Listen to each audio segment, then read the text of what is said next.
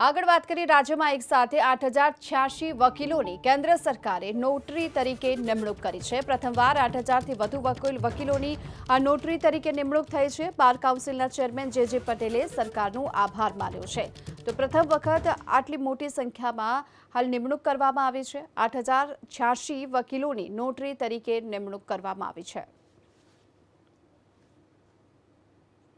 કેન્દ્ર સરકારે સમગ્ર ગુજરાતમાં 8086 વકીલોને નોટરી તરીકે નિયુક્તિ કરવાનો હુકમ કર્યો છે।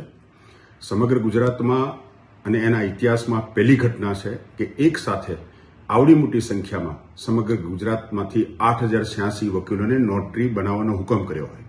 હું સમગ્ર ગુજરાતના વકીલો વતી બાર કાઉન્સિલ ઓફ ગુજરાતના ચેરમેન તરીકે કેન્દ્ર સરકારનો આભાર માનું છું।